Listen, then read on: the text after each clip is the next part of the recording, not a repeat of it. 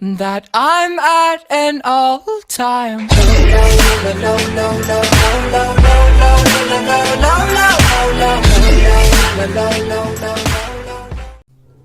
Salut à toutes et à tous, c'est Ronnie, j'espère que vous allez bien et aujourd'hui je recommence les vidéos, voici une grande nouvelle. Donc je recommence les vidéos avec un sujet qui me tient beaucoup à cœur, les parcs d'attractions. C'est pour ça que je vous propose aujourd'hui un top 10 des parcs d'attractions en Europe. Donc je tiens à préciser que ce classement est purement personnel, donc on se revoit tout à l'heure et on en reparle si vous voulez. Donc ce premier top sera dédié aux parcs d'attractions et une suite arrivera très prochainement sur les parcs aquatiques. Bon, maintenant je me tais et je vous souhaite un bon visionnage, à tout à l'heure.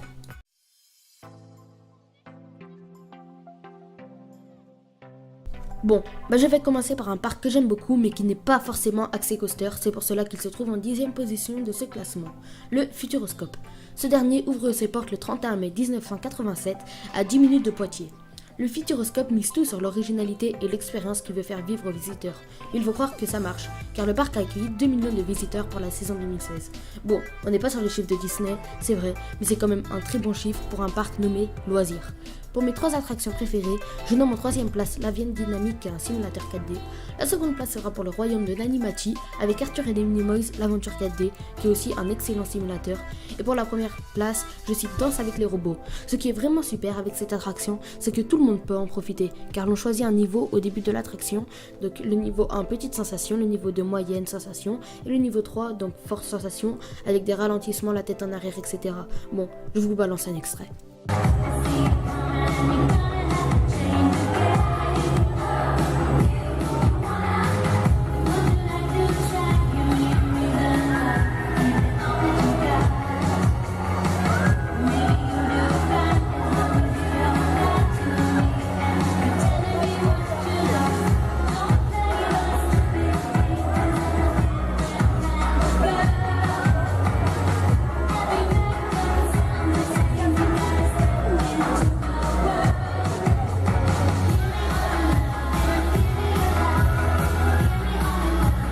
A partir d'ici, le choix des places devient difficile, mais la 9e position sera accordée au Heide Park.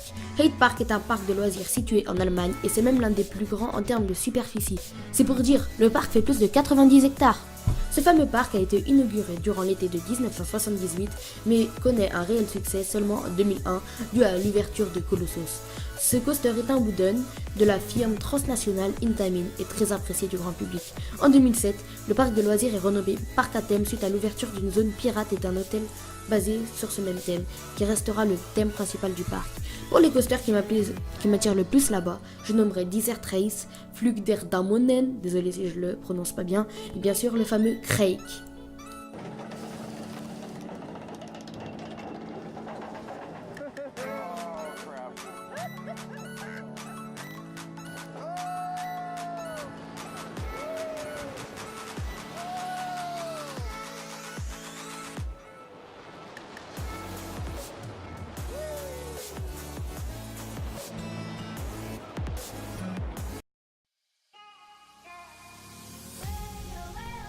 Nigloland tiendra la 8e place de ce classement. Ce parc en perpétuelle évolution, situé à Aube dans l'Est, devient très populaire en ce moment grâce à Alpina Bliss et bien sûr le tout nouveau Donjon de l'Extrême, une freefall de 100 mètres. Mais on reviendra dessus un petit peu plus tard. Le parc fait plus de 40 hectares et compte pas moins de 600 000 visiteurs pour la saison 2016. Le parc est tenu par la même famille depuis l'ouverture en 1987. Le parc est divisé en 4 zones thématiques différentes. Le village canadien, le village rock'n'roll, le village merveilleux et les villages suisses. Pour mes coasters préférés, je citerai Alpina Blitz. Après les autres, c'est pas vraiment des coasters, mais c'est des attractions que j'aime beaucoup. Donc le Donjon de l'Extrême, c'est un gros totem, comme je les appelle, 200 mètres, tel qu'Huracan Condor à Port Aventura, et bien sûr Hermitage.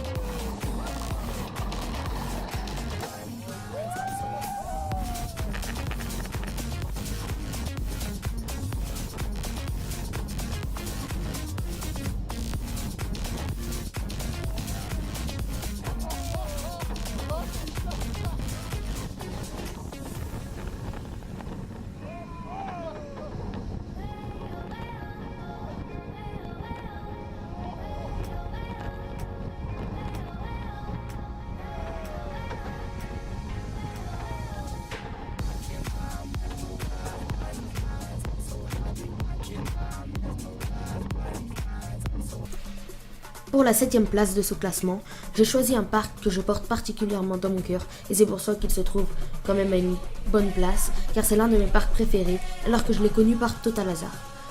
C'est bien sûr Terra Mythica, situé à Benidorm en Espagne. Le parc est divisé en 5 zones thématiques avec des décors dignes d'un Disney. L'Égypte, la Grèce, Rome, la péninsule ibérique, et les îles. Le parc ouvre en l'an 2000 avec plus de 10 attractions et 4 zones thématisées. Les attractions les plus chères à mes yeux sont le Manus Colossus, un wooden qui est vraiment cool, le Titanic et bien sûr le fameux Inferno rénové en 2014 suite à un malheureux accident.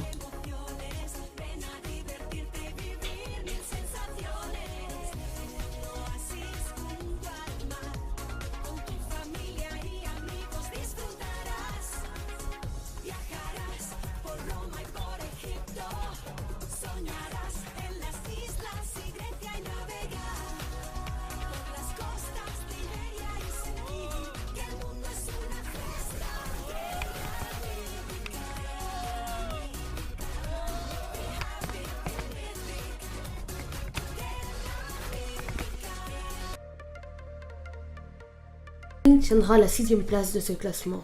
Efteling est un parc d'attractions situé aux Pays-Bas, ayant pour thème les contes et légendes.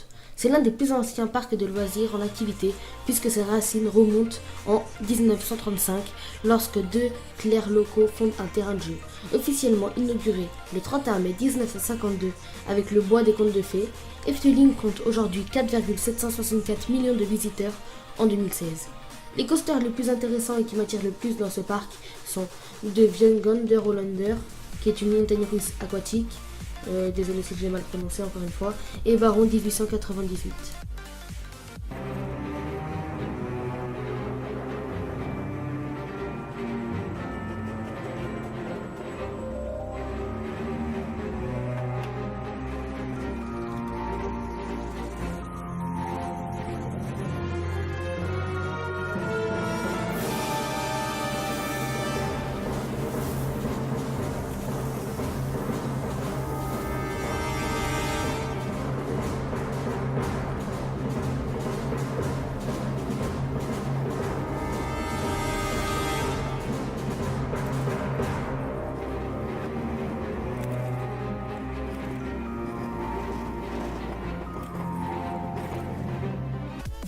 La 5e place revient au parc Alton Tower.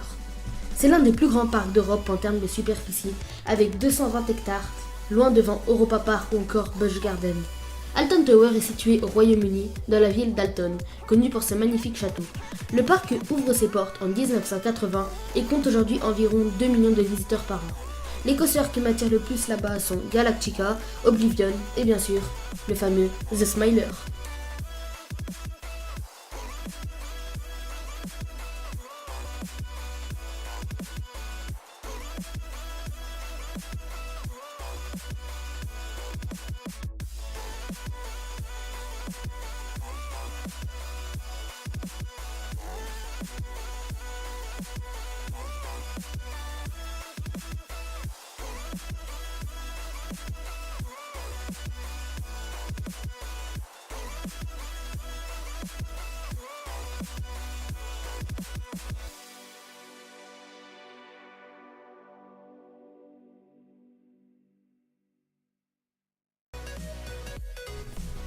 Mirabilandia tiendra la 4e place de ce classement grâce à ses excellents coasters et un parc vraiment beau. Le parc se trouve en Italie et compte aujourd'hui plus de 27 attractions. Il possède aussi 7 coasters pour une superficie de 750 000 m². Le parc est ouvert en juillet 1992 et aujourd'hui un des parcs européens les plus importants, d'après ce que je pense. Ce que j'aime dans ce parc, ce sont ces coasters, mais plus précisément Divertical qui m'attire beaucoup, Katoon, mais encore High Speed.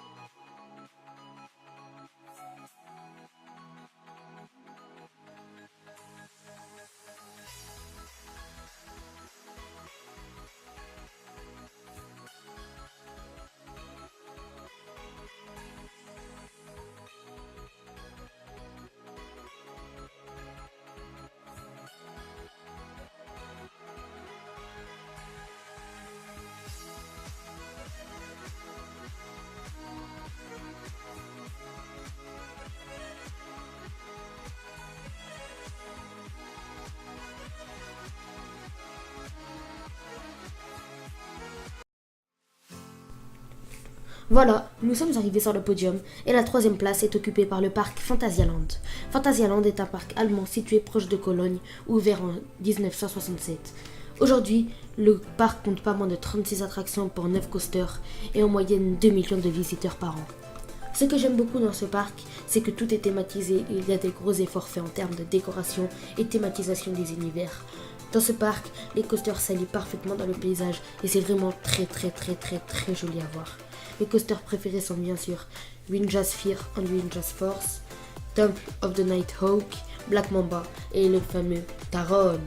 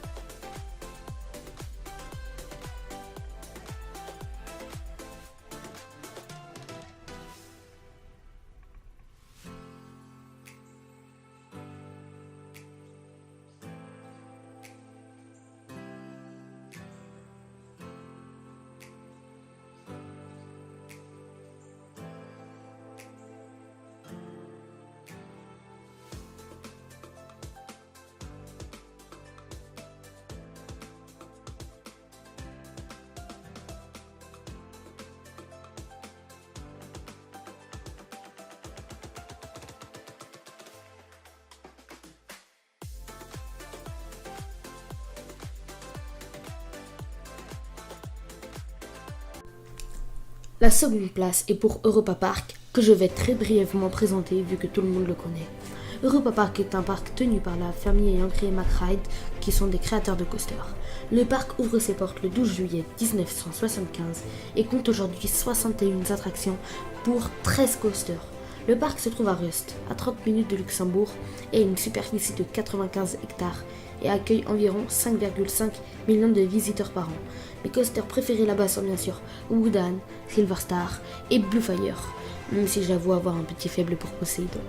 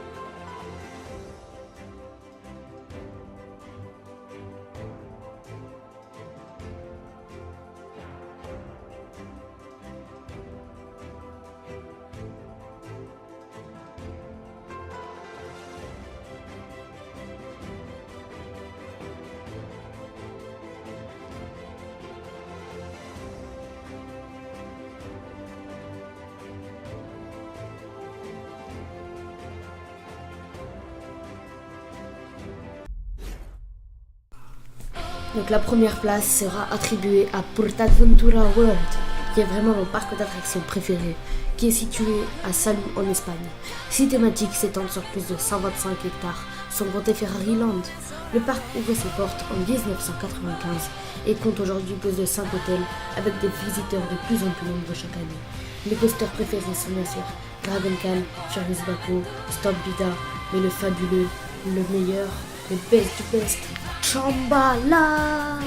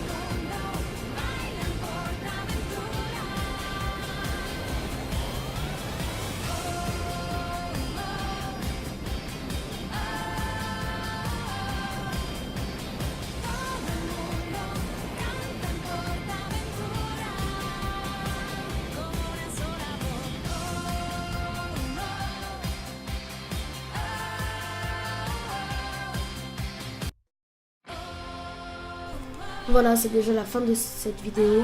Donc je tiens à préciser avant de vous quitter que le classement est purement personnel. Faites-moi part de vos remarques et commentaires et si vous auriez aimé des parcs en plus, vos différents classements, etc.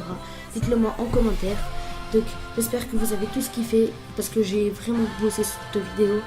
Donc vous pouvez d'ores et déjà liker, ça me ferait super plaisir. Le best du best, ça serait que vous vous abonniez, bien sûr, et que vous activiez les notifications. Bon, allez, je vous laisse. Je vous dis juste que j'ai beaucoup taffé. Alors abonnez-vous et à la prochaine. Bisous bisous.